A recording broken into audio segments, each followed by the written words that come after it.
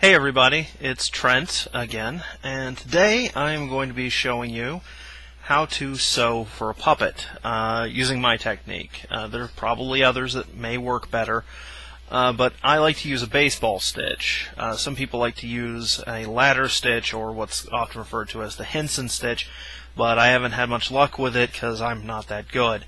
But this works just as well, and for at least certain types of projects. And so let's get started. Okay, there we go. Alright. Now, what I've got here is I've got some fleece, and this is anti-pill fleece. The lighting is kind of throwing it off there. Let me adjust that slightly. There we go. But you can see that we've got a fuzzy side and a smooth side. And so what I do is I line my seam up, fuzzy side in. So whatever side you want on the outside, we'll start with it inside. You can do this one you can do this one without doing it reversed. It's just easier if you do it this way. And then we take. Now, for the purposes of this process, I'm using a black thread, so it'll stand out more against what we've got here. And let me see if I can get this camera a little bit closer here. There we go. A little blurry, but gets the point across. Okay, and so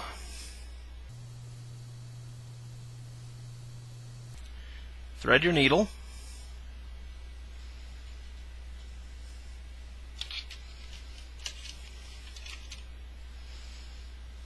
Like so. And then wherever you're starting your stitch, loop through both of them at the edge.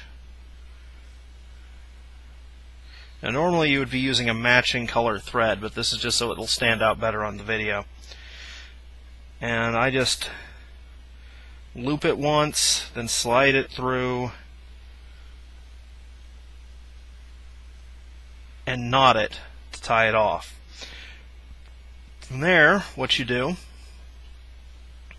is you slide from inside surface to out, catching only one side of the actual fabric with each pass.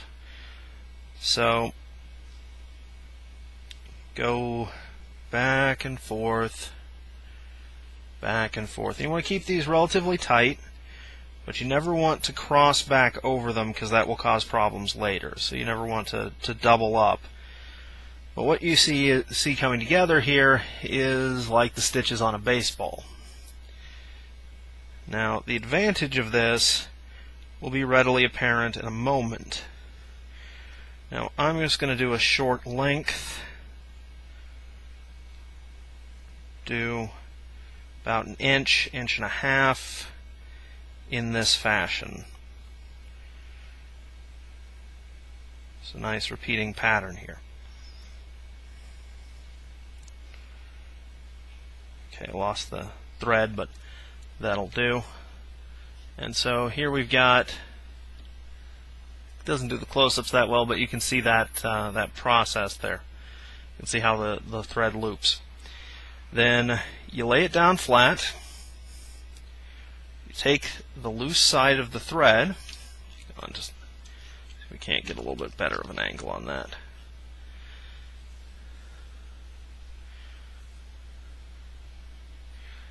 And then, while pressing and holding down, you pull it tight.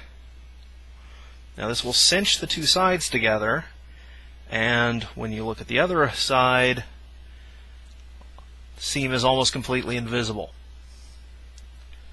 You can go in with a needle, pick that out, and it will just barely show up on camera depending on how your lighting setup goes. Then all you have to do is every couple of inches of this. When you pull it tight, hang on just a moment.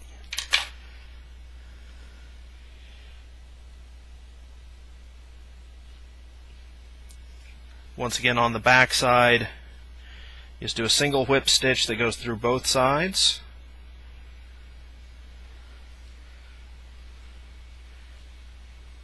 And then another one that you knot through, and that'll keep it from coming loose on you. And you just continue that down along the length of your seam. And now this works best with an anti-pill fleece, where the fuzz will help cover up the stitch. But you can even make it difficult to see on the smooth side too. If this was the same color, if this thread was the same color as this fleece, you would just barely be able to notice that. And that's how I do it.